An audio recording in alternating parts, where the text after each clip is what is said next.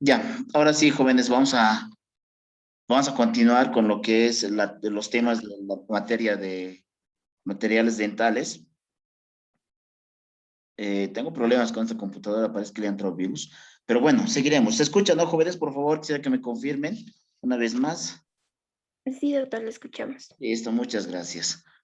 Bueno, pues entonces continuaremos con los temas que nos incumben en lo que es la materia de materiales dentales.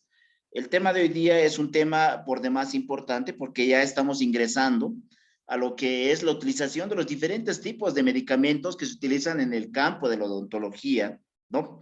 Más específicamente vamos a empezar a hablar de aquellos medicamentos denominados cementos que se utilizan para el tratamiento de diferentes patologías o diferentes alteraciones que se presentan en la estructura de la pieza dentaria, ¿no?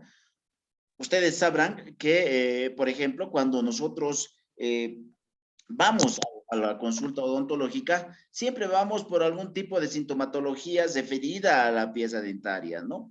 En algún caso, nosotros le podemos comentar al odontólogo la sintomatología que tiene nuestra pieza dentaria acerca de que tiene reacción a estímulos de calor, frío, o prácticamente ha sido una pieza dentaria en la cual ha dolido durante toda la noche, ¿no? Y entonces el odontólogo, que ustedes lo van a hacer, tiene que tomar las medidas necesarias para poder realizar un tratamiento en esa pieza dentaria, ¿no?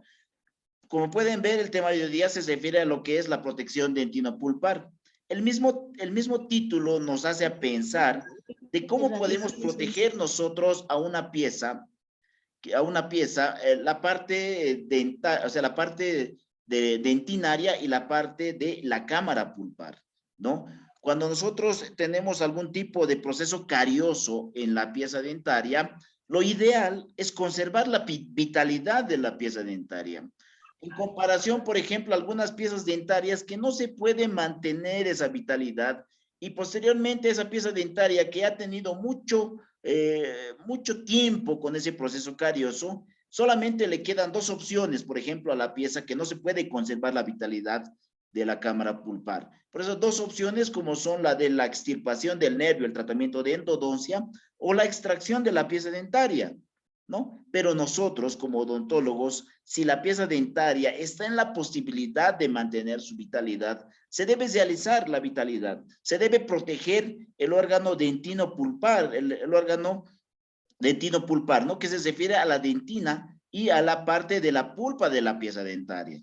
Debemos conservar su vitalidad, porque una pieza dentaria sana, no sana, ¿no? Es una pieza dentaria vital, o sea, que tiene todavía la irrigación, la inervación todavía, la pieza dentaria, tiene un pronóstico más favorable que una pieza dentaria en la cual ha sido sometida a tratamientos como, por ejemplo, un tratamiento endodóntico en el cual se ha extirpado la pieza dentaria, con la cual esa pieza dentaria, que ya no es vital, tiene un pronóstico con el tiempo que se va a ir fracturando. Ustedes saben que se va desquebrajando, va cambiando de color. Entonces, si hacemos una comparación entre una pieza vital y una pieza que ya no tiene su vitalidad, es siempre mejor mantener la vitalidad de la pieza dentaria, ¿no? Para eso debemos realizar un buen diagnóstico, una buena técnica operatoria y una buena elección del material que vamos a utilizar para mantener esa vitalidad, ¿no? Para mantener esa vitalidad de esa pieza dentaria.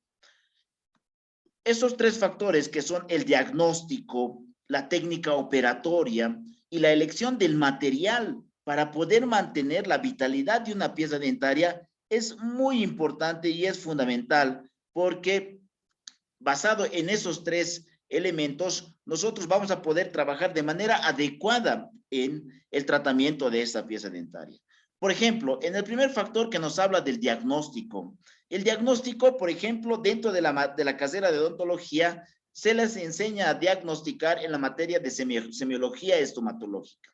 Cuando ustedes van a tener cualquier tipo de patología, ya sea en la pieza dentaria o en la cavidad bucal, se debe realizar todos los exámenes necesarios para poder llegar a un diagnóstico adecuado, porque el diagnóstico es el inicio del tratamiento de algún tipo de patología, ¿no? Porque si no podemos diagnosticar bien, en algún tipo de patología, mucho menos vamos a poder realizar un tratamiento adecuado, en este caso de la pieza dentaria, ¿no?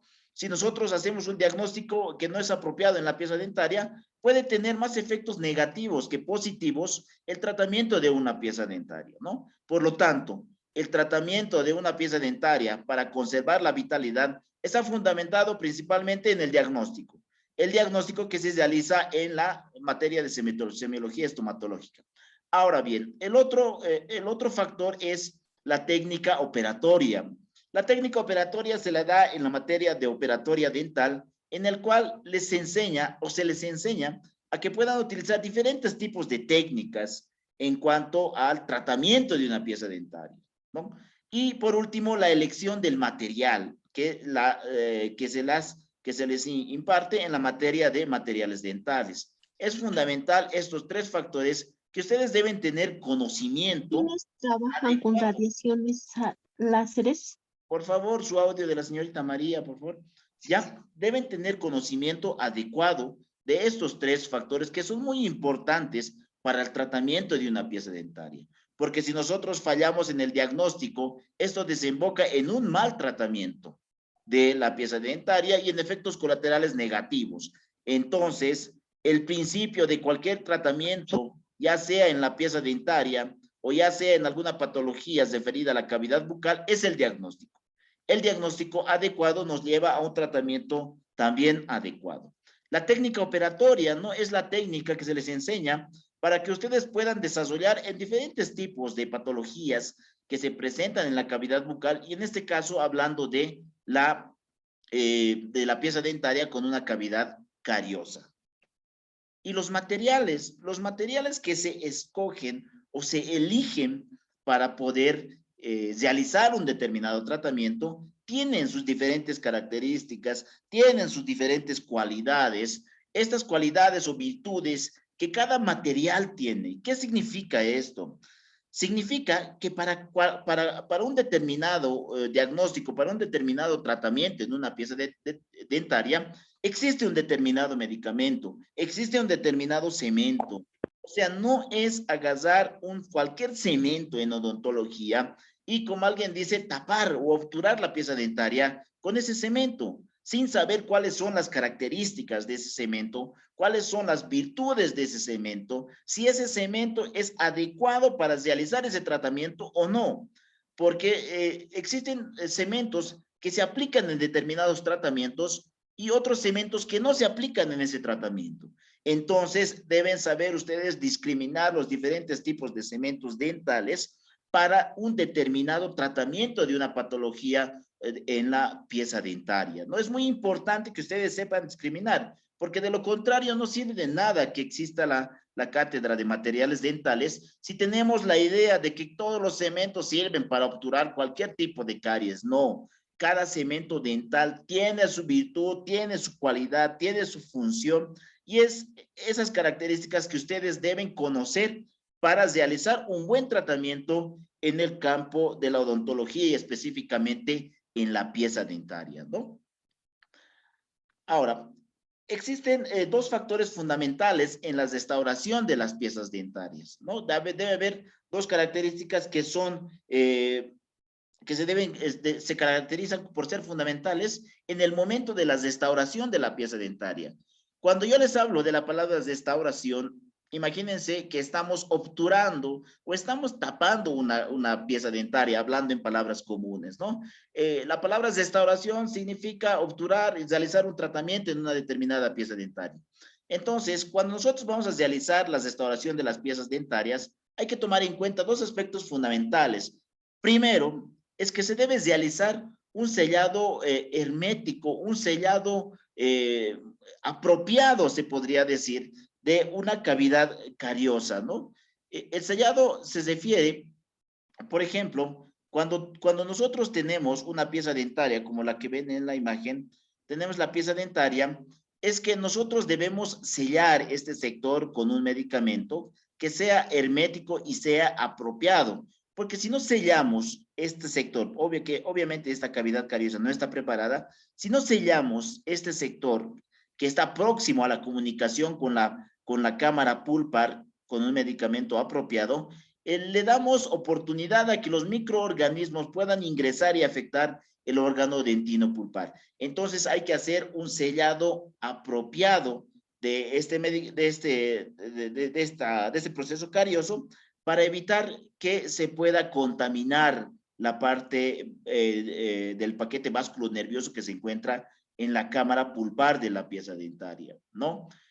Se debe hacer un sellado perfecto y hermético para evitar ¿qué? Para evitar agresiones físicas, para evitar agresiones químicas que puedan afectar a la dentina y posteriormente a la cámara pulpar. Dentro de las agresiones físicas que puede suceder, es que puede haber, por ejemplo, la transmisión de estímulos térmicos, estímulos eléctricos, los cuales no debe suceder cuando una pieza dentaria está restaurada o está obturada, se podría decir. Se debe hacer un sellado hermético, el cual impida, ¿no? Esa transmisión de estímulos térmicos o eléctricos. Eso de estímulos térmicos, eléctricos, se refiere a que, por ejemplo, cuando nosotros tomamos una bebida, ya sea muy caliente o muy fría, son estímulos térmicos. ¿Y por qué se siente? Se siente porque el esmalte, que era la parte que protegía de los estímulos o de la parte, lo protegía de los estímulos que se transmiten, pues el esmalte ha desaparecido, ha invadido la dentina y a partir de la dentina ya existen túbulos dentinarios en los cuales se encuentran prolongaciones nerviosas que van a transmitir el dolor. Entonces, se debe sellar esos túbulos dentinarios para que no se transmitan esas agresiones físicas, ya sean cambios térmicos o ya sean algún tipo de choques eléctricos que puedan transmitir y producir dolor, ¿no? También se debe proteger frente a las agresiones de tipo químicas, ¿no? No debe haber microfiltración en el cual los flujos bucales, los fluidos bucales puedan ingresar y de esa manera también agredir a la parte de la dentina y por lo tanto ingresar a la cámara pulpar, ¿no? Y lo segundo es que se debe tener en cuenta que se debe preservar la integridad mecánica del remanente dentario. ¿Qué significa esto? Significa que cuando ustedes van a restaurar una pieza dentaria, se debe mantener la mayor estructura de la pieza dentaria, natural. O sea, estamos hablando que cuando una pieza dentaria tiene una caries, hay que ser cuidadoso, hay que tratar de no mutilar más la parte del esmalte y la dentina que pertenece a esa pieza dentaria, ¿no? Hay que tratar de mantener aquí, como acá dice, la integridad mecánica del remanente dentario. Remanente dentario se refiere a lo que sobra de la pieza dentaria en palabras comunes, ¿no? ¿Y esto para qué? ¿Para qué sirve mantener el remanente de la integridad? Y, a ver, un momentito, por favor, voy a poner esto.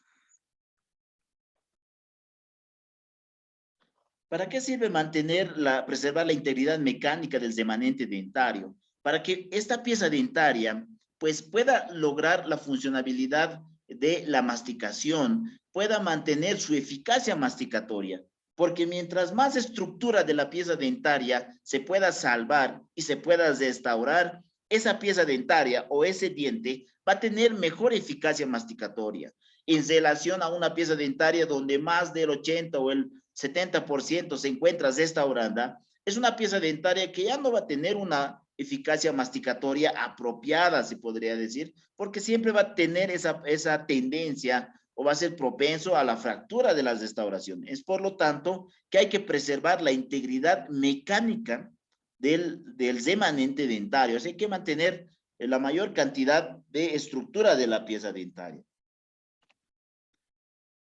Ahora, debemos realizar nosotros un sellado hermético, un sellado apropiado, un sellado, ¿cómo se diría? Que evite cualquier tipo de agresión, cualquier tipo de, ya sea física o química, estos tipos de agresiones que van a dañar el órgano principalmente la pulpa dentaria de la pieza, ¿no? Entonces, para que nosotros podamos realizar una protección dentino-pulpar perfecta, primero se debe sellar los órganos, ¿no? Para evitar las infiltraciones. O sea, ¿qué significa eso? Se debe sellar este sector, la base de la cavidad cariosa, para que se evite la microfiltración de microorganismos y que estos microorganismos puedan dañar igualmente la pieza dentaria, pese a que esté obturada o esté tapada, como se dice en palabras comunes, ¿no? Porque cuando nosotros o ustedes, cuando van a limpiar una cavidad cariosa, un diente con una caries, cuando se limpia, aunque sea lo más meticuloso posible, aunque tengan ustedes la paciencia del mundo y limpien lo más perfecto posible la cavidad cariosa, porque tiene que estar limpia, siempre se deja microorganismos, siempre quedan microorganismos que pueden dañar la pieza dentaria. Entonces, como siempre, lo normal es que se deja siempre algún tipo de microorganismos, debemos realizar un sellado dentino pulpar apropiado. O sea, hay que sellarlo mediante la utilización de barnices, etcétera, ¿no? Entonces, hay que sellar el órgano para que se impida las microfiltraciones. Otro paso que hay que realizar para realizar un sellado hermético o protección dentino-pulpar es eliminar los microorganismos remanentes. ¿Esto qué significa? Que cuando ustedes van a limpiar un proceso carioso, se debe tratar de limpiar en lo posible todos los remanentes de microorganismos. La dentina, que se considera como dentina blanda, todo ese tipo de dentina se debería eliminar. Teóricamente, cuando ustedes agarran este instrumental, que es la cuchareta de dentina, en la cual se utiliza para la eliminación de tejido cariado, pues debería realizarse esta limpieza hasta escuchar el cric dentinario. ¿Qué significa eso? Que cuando ustedes estén limpiando con este material, pues tienen que limpiar hasta que encuentren un sector del diente que suene ya como si fuera una estructura sólida, ¿no?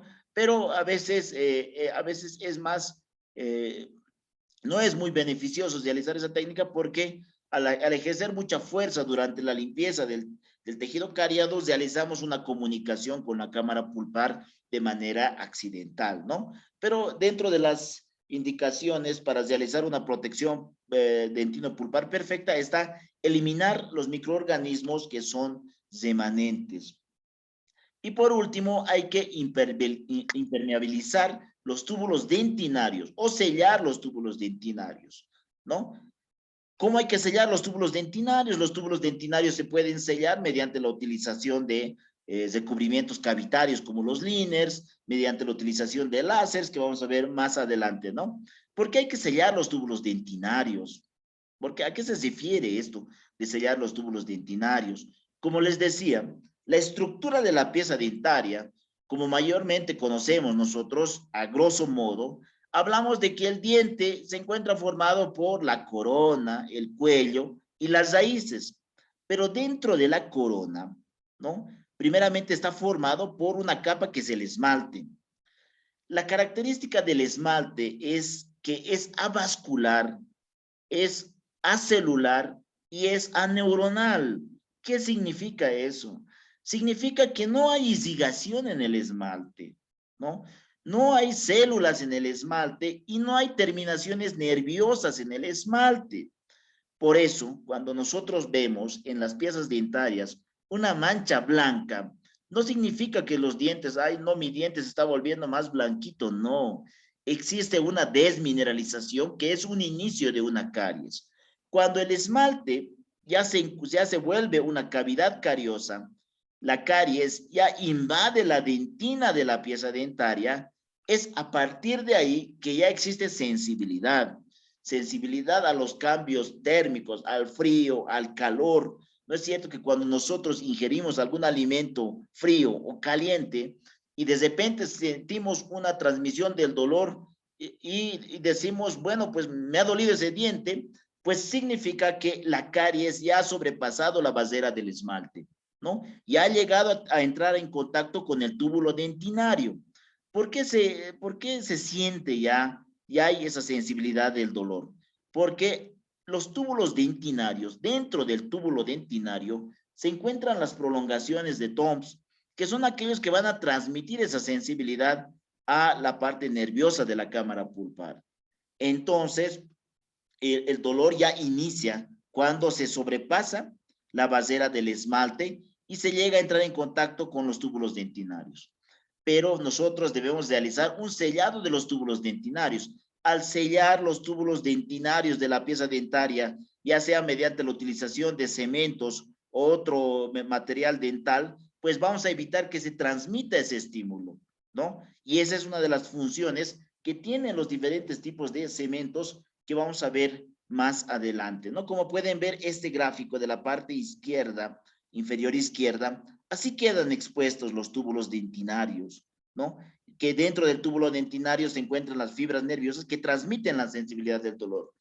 Pero como pueden ver el gráfico de la parte inferior derecha, así deberíamos nosotros sellar los túbulos dentinarios para que la transmisión del dolor a la pieza dentaria y por ende a todo nuestro organismo, pues sea detenido y no tengamos esa molestia tan incómoda que es la odontalgia, se podría decir, producto de cambios térmicos, principalmente que agreden a la pieza dentaria, ¿no? Como pueden ver acá, de igual manera, cuando ya existe la invasión del proceso carioso a la parte de los túbulos dentinarios, ya existe la transmisión de la sensibilidad del dolor. Para eso nosotros debemos obturar los túbulos dentinarios con la utilización de diferentes protectores o cementos que van a impedir que se transmita esos cambios térmicos del calor o del frío hacia la parte nerviosa de los túbulos y por ende se transmita a la cámara pulpar. Nosotros debemos realizar una obturación, un bloqueo, una tapadura de los túbulos dentinarios para que no se transmita esa molestia que causa esas diferentes agresiones de tipo física principalmente. Ahora, ¿qué materiales se utilizan para producir ese tipo de sellados en los túbulos dentinarios, ¿no? Estamos hablando qué materiales nosotros podemos utilizar para sellar, para que no se transmita esa sensibilidad de los túbulos dentinarios. ¿Qué materiales utilizamos en el campo de la odontología? Utilizamos impregnadores, antisépticos, mineralizantes, que estos son catalogados como limpiadores cavitarios principalmente, que están formados por quelantes, por un antiséptico o un detergente, que también tienen funciones antimicrobianas. También hablamos de recubrimientos cavitarios, pero vamos a ver más adelante qué es un recubrimiento cavitario. También utilizamos recubrimientos cavitarios. Esto de recubrimientos cavitarios es cuando ya tenemos una cavidad cariosa hecha y en la base de la cavidad cariosa nosotros aplicamos un recubrimiento cavitario para evitar que se transmita los dolores a la pieza dentaria. También utilizamos una base o relleno para que evite la transmisión o la microfiltración de microorganismos a la pieza dentaria. También se utiliza láser y protección dentinopulpar, ¿no?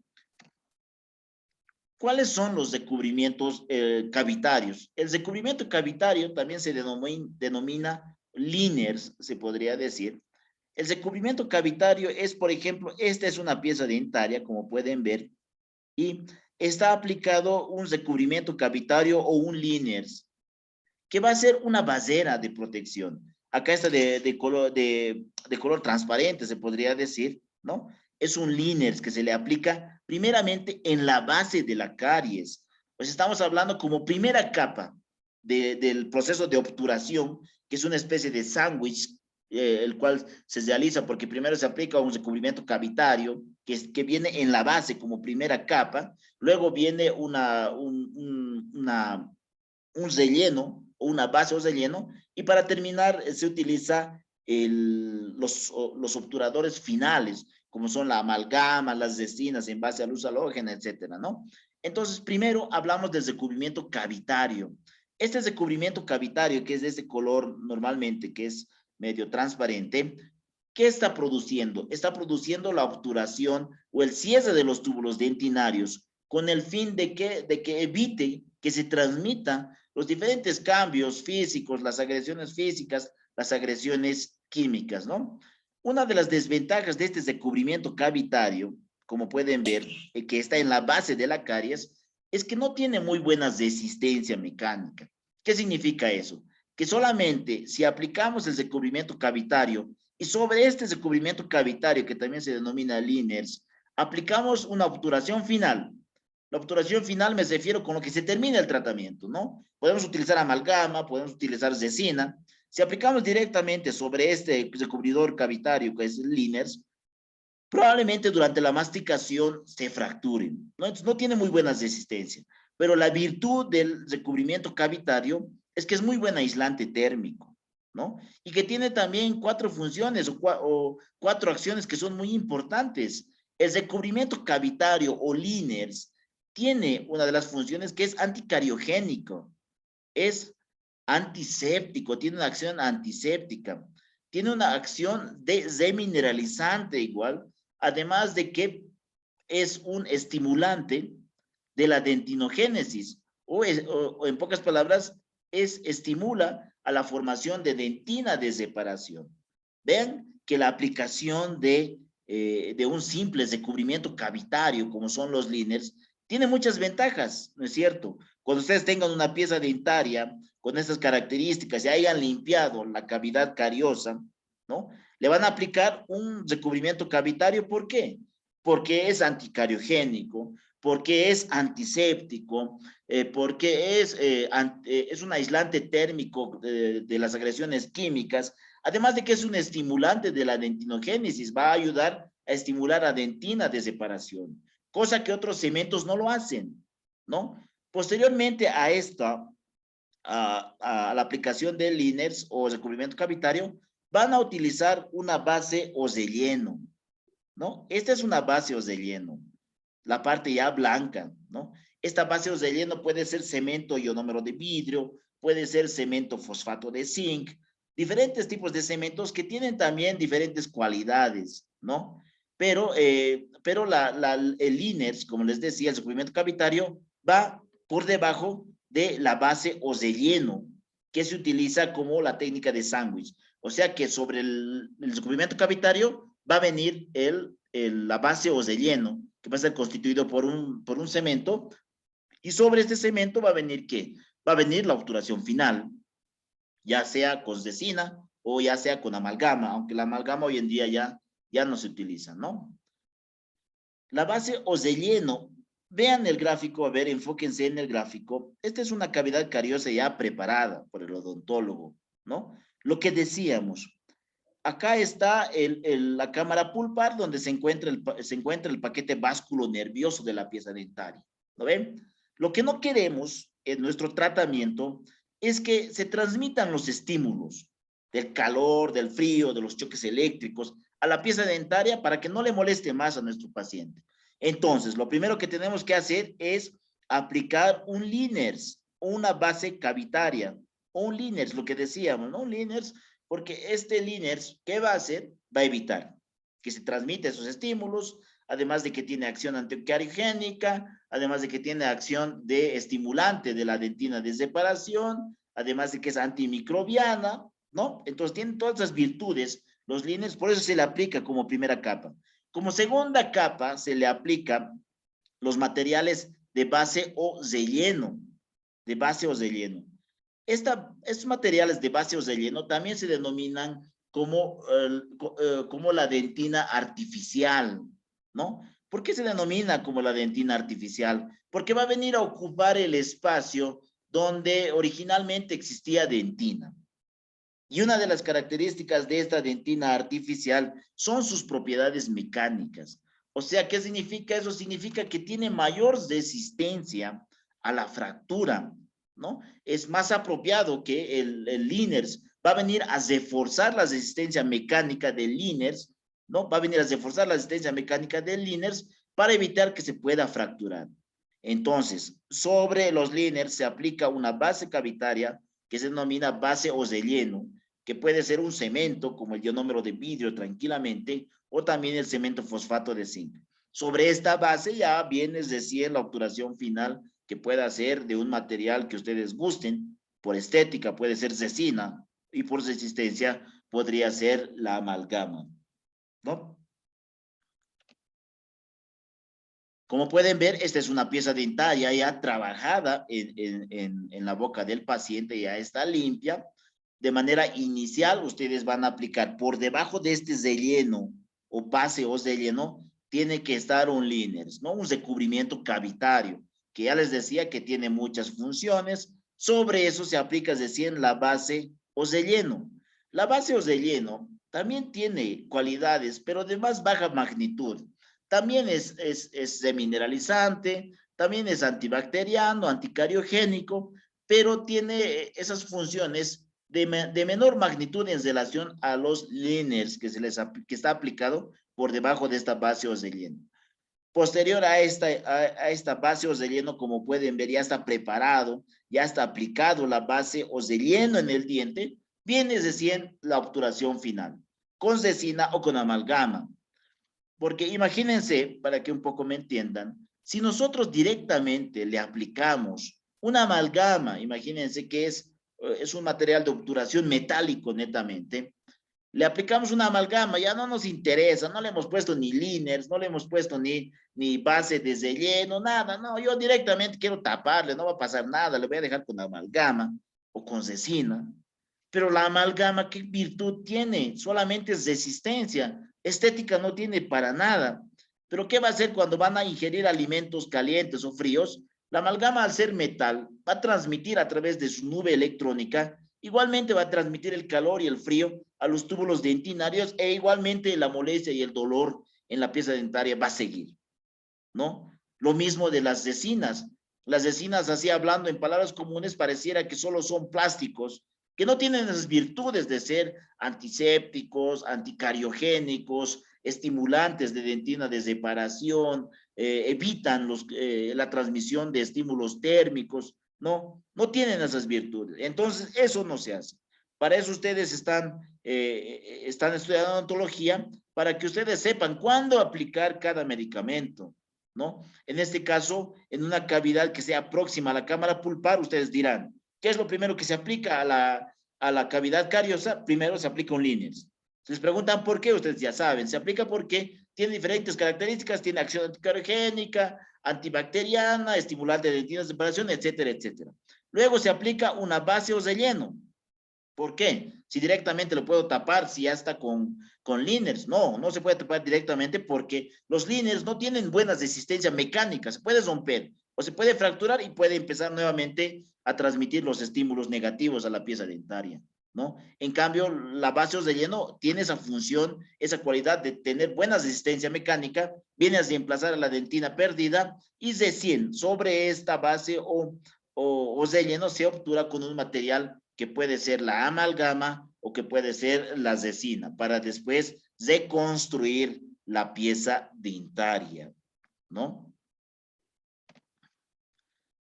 Y por último hablamos del láser y protección dentino-pulpar. El láser es un material que tiene o que está basado bajo un principio físico de la generación de calor. Este láser, ¿cómo ayuda? Ayuda, por ejemplo, la aplicación del calor en la pieza dentaria va a generar el aumento del calor, obviamente, que va a ser absorbido por los tejidos duros de la pieza dentaria. Va a ser absorbido por los tejidos duros de la pieza dentaria y el sector de los túbulos dentinarios de la pieza dentaria se van a cesar, se van a obliterar, se podría decir, por medio de la fusión de los túbulos dentinarios.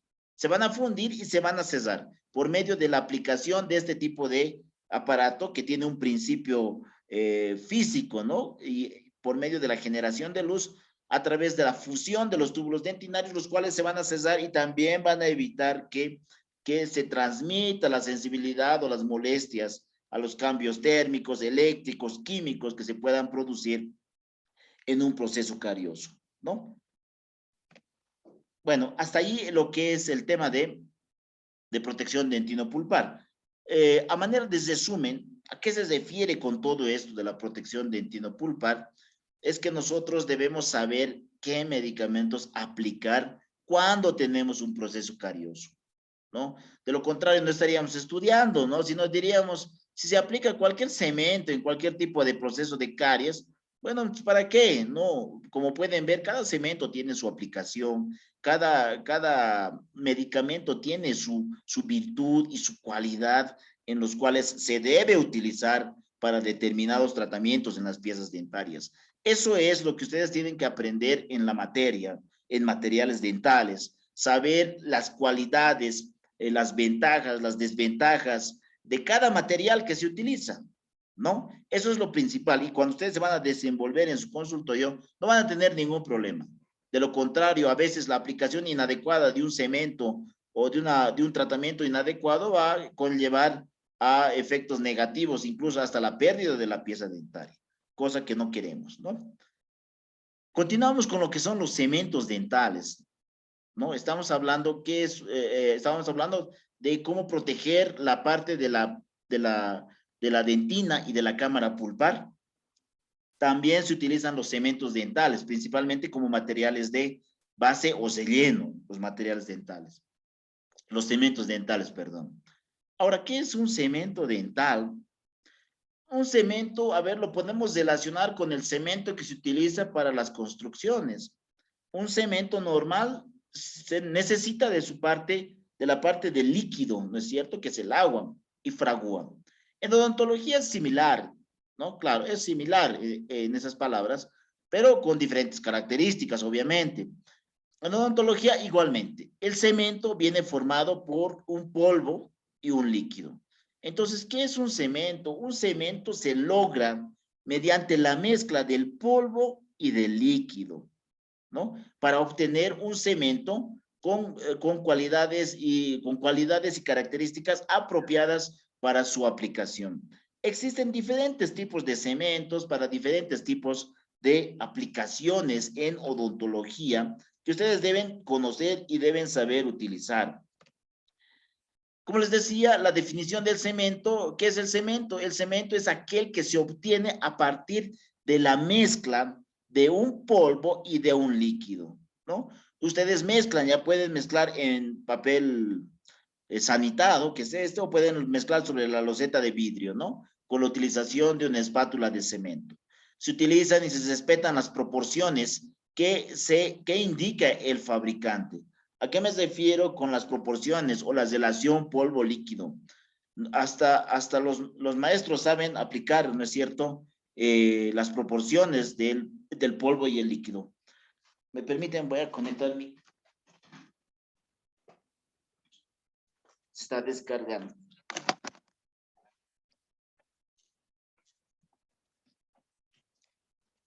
Ya.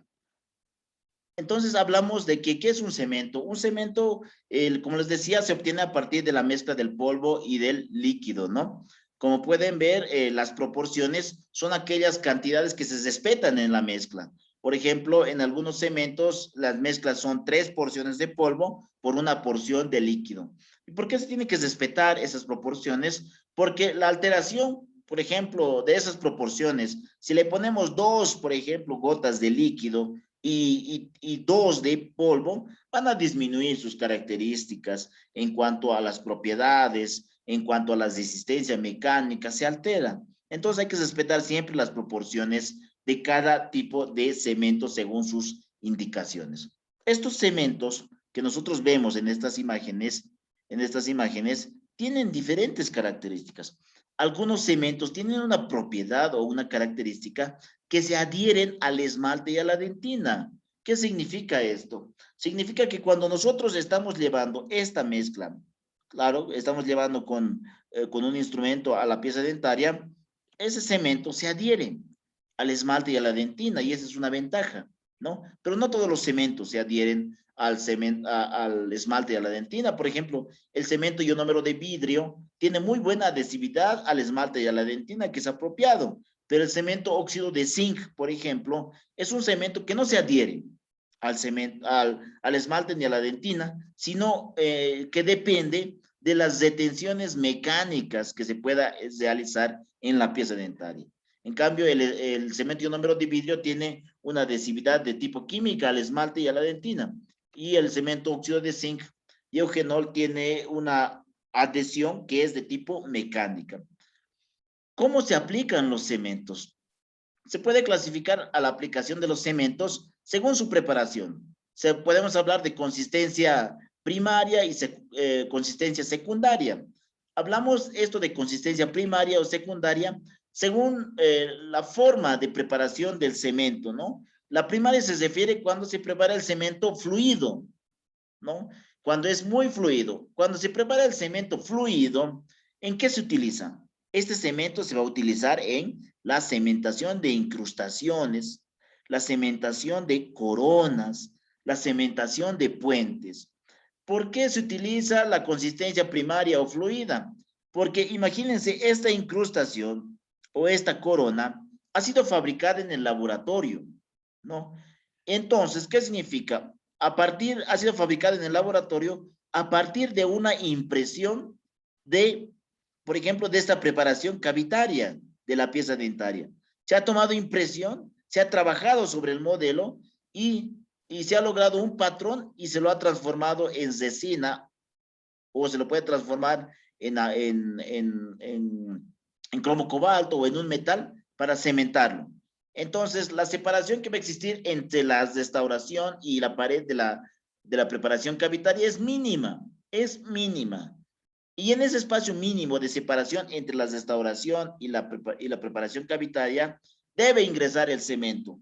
Por lo tanto, la consistencia de ese cemento debe ser primaria o fluida. Lo mismo en las coronas.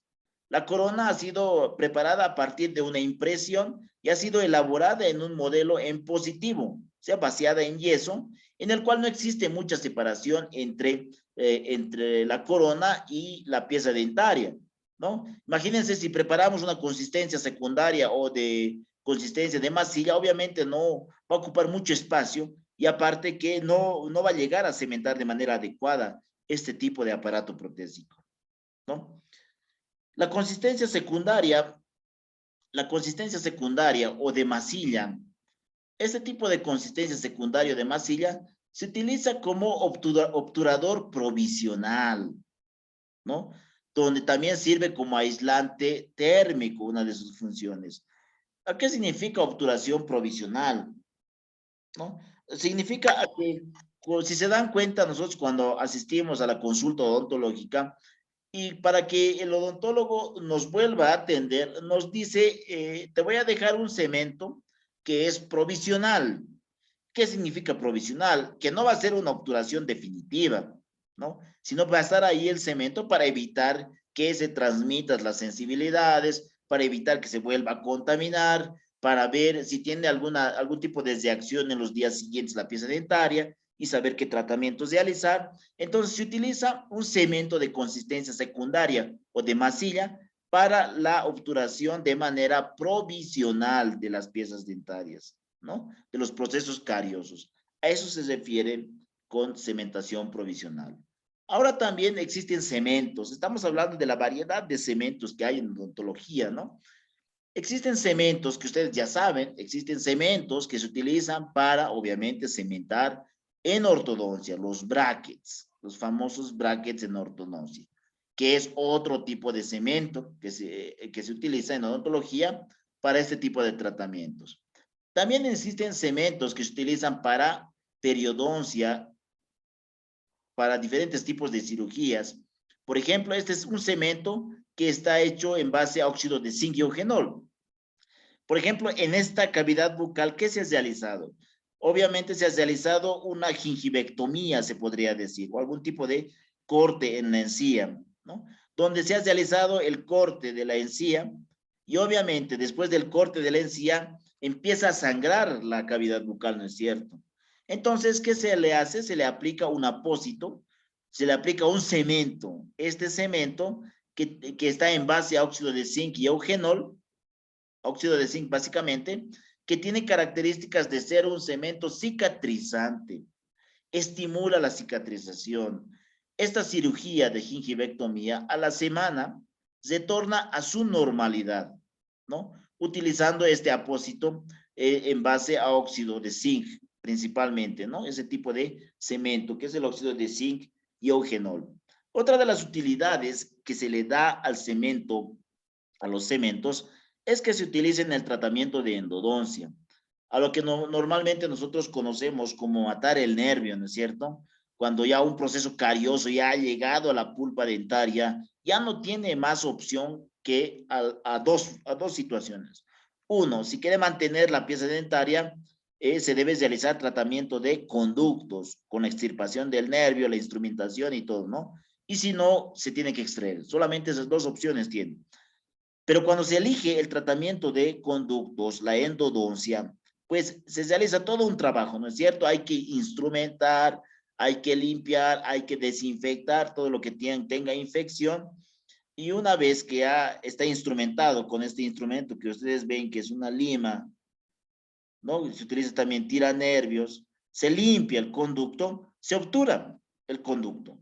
El conducto va a estar limpio, seco, desinfectado y se obtura el conducto y se obtura justamente, se puede obturar con cemento óxido de zinc y eugenol o también se puede obturar con cemento ionómero de vidrio, ¿no? Esas son otras de las aplicaciones de los cementos en el campo de la odontología. Como pueden ver, cada cemento tiene su aplicación. Por ejemplo, este cemento óxido, este cemento quirúrgico, que también está en base a zinc, no se puede utilizar para la cementación de brackets, ¿no? Para la cementación de brackets se puede utilizar un cemento ionómero de vidrio o incluso resinas, ¿no? Pero estamos hablando de cementos que no se puede utilizar. Por ejemplo, este cemento para cementar brackets no se puede utilizar para un apósito periodontal, no se puede utilizar para tratar de cicatrizar, se podría decir, la herida que se ha causado mediante una gingivectomía, no se puede, ¿no? Tampoco el cemento que se utiliza para los brackets se puede utilizar para sellar conductos después de una endodoncia, ¿no? Con eso me refiero a que cada cemento tiene su aplicación, en pocas palabras. Hablamos de los cementos que son de bases, ¿no? Los cementos, por ejemplo, cuando ya existe una cavidad cariosa, se utilizan cementos, como les decía, de base o relleno, ¿no? Acá, por ejemplo, como pueden ver, se utiliza la de base o relleno y posteriormente se realiza la obturación final, ya sea con amalgama o resina, ¿no? Que es la fotopolimerizable. Como pueden ver, esas son las aplicaciones. Lo que les decía, la relación polvo-líquido, en el momento de la mezcla siempre se debe respetar las proporciones que indica el fabricante principalmente, ¿no? Por ejemplo, en el cemento óxido de zinc y eugenol son 6 porciones de polvo, son 6 porciones de polvo por 1 o 2 gotas de líquido del eugenol. En el caso del ionómero de vidrio son 3:1, 3 porciones de polvo y una de líquido, ¿no? Entonces, también se debe respetar. O sea, cada cemento tiene sus proporciones. Lo que se respeta son las proporciones, la cantidad no. ¿A qué me refiero con esto? Proporción, por ejemplo, a ver, tendríamos que hablar de un dosímetro. Por ejemplo, estos ionómeros tienen sus cucharitas, ¿no? Son 3 cucharitas de polvo por una cucharita de líquido, por una gota de líquido. Eso es su dosímetro. Pero pueden aumentar la cantidad, o sea, podemos agarrar exagerando, ¿no? Digamos, 3 baldes de cemento por un balde de agua, ¿no? Aumenta la cantidad, pero las proporciones se mantienen. A eso me refiero, con que las proporciones no cambian, pero la cantidad sí, se puede cambiar o puede aumentar, pero siempre respetando las proporciones. Ahora la clasificación de los cementos. Estos cementos vamos a ir avanzando en el transcurso del año. Cada cemento tiene su característica. Solamente para conocimiento de ustedes, ahora les voy a mencionar a los diferentes tipos de cementos. Por ejemplo, la cementación definitiva de metales. Estos cementos sirven para cementar coronas, puentes, que tienen una base o una estructura metálica. Los cementos que utilizan de obturación provisional, esos cementos con los cuales nos mandan nuestros odontólogos a nuestra casa, ¿no? Y para que volvamos, lo vuelve a destapar, son cementos de uso provisional que se denominan cemento óxido de zinc con o sin eugenol, ¿no? Por ejemplo, lo interesante de este cemento óxido de zinc y eugenol es, cuando ustedes van a conocer, es un cemento que tiene un efecto obtundente, además de que es sedante. Cuando ustedes puedan manipular este cemento óxido de zinc y eugenol y tengan a alguien en casa que tenga algún tipo de odontalgia, le aplican solamente el líquido, o sea, el eugenol, en una torundita de algodón, le aplican el diente que está doliendo y el dolor desaparece porque el óxido de zinc y eugenol tiene un efecto sedante, ¿no? Y obtundente, en el cual calma el dolor. Se dan cuenta que cada cemento tiene características que ustedes van a ir aplicando en su vida, ¿no? Las bases de alta resistencia, los cementos que son muy resistentes a la fractura, hablamos de los cementos con sales de zinc, los cementos vidrios permeables, los de obturación provisional, también se utiliza ionómero de vidrio, óxido de zinc, policarboxinato de zinc, ¿no? Las bases de baja resistencia, el cemento hidróxido de calcio, ionómero de vidrio, ionómero híbrido, cemento de resina y óxido de zinc y eugenol. De estos, por ejemplo, a ver cuál podemos desarrollar, hablamos del cemento hidróxido de calcio. El cemento hidróxido de calcio tiene una característica muy importante. Viene en diferentes formas de presentación, ¿no? Pero cuando se aplica cemento hidróxido de calcio puro en una pieza dentaria, donde haya sido, donde exista la caries y esté próximo a la cámara pulpar y haya habido una comunicación de manera accidental, al limpiar, hemos comunicado con la cámara pulpar. Si no ingresa saliva, no ingresa ningún tipo de microorganismo, podemos aplicar el hidróxido de calcio en ese sector donde hayamos hecho comunicación. Este hidróxido de calcio tiene la característica de estimular a la dentina de separación o dentina secundaria. O sea, ¿eso qué significa? En lugar que hemos hecho una comunicación accidental con la cámara pulpar, este cemento puede ayudar a regenerar o a tapar esa comunicación que hayamos cometido de manera accidental, ¿no? Entonces, imagínense, el cemento hidróxido de calcio nos puede salvar en determinado momento. Los líneas cavitarios, lo que les decíamos, ¿no? Los líneas pueden ser hidróxido de calcio en suspensión, óxido de zinc en suspensión y ionómero de vidrio en suspensión. Lo que decíamos, las características de estos líneas cavitarios es que no tienen resistencia mecánica, pero sí son muy buenos aislantes térmicos, ¿no? La cementación de bandas de ortodoncia, para cementar ortodoncia, los brackets específicamente, se utiliza el composite, ionómero de vidrio, fosfato de zinc, policarboxilato de zinc también. Y el apósito periodontal, ¿no? Ese apósito periodontal donde les mostraba cuando se hace una cirugía de la encía, cuando existe un agrandamiento gingival, donde hay que hacer un corte en todos los dientes, se utiliza el óxido de zinc y eugenol como apósito periodontal. Se lo pega como si fuera chicle sobre la herida para que ayude a la cicatrización, además ayuda al proceso de coagulación en ese momento en el cual se ha realizado la cirugía, ¿no? El sellado de conductos. Estamos hablando cuando se hace tratamiento de conductos, se mata el nervio, se limpia el conducto del diente. ¿Con qué se tapa? Se puede tapar con cemento ionómero de vidrio o con cemento óxido de zinc y eugenol, que son muy apropiados para la obturación de los conductos de los dientes que han sido afectados, ¿no? Y para que tengan solo conocimiento, hablamos de la clasificación por su composición química, ¿no? Hablamos de cementos de base de sales de zinc, cementos de base de sales de calcio y cementos en base a vidrios permeables y cementos de resina, ¿no? Bueno, jóvenes, hasta ahí el tema de lo que son protección dentino-pulpar y los cementos dentales, ¿no?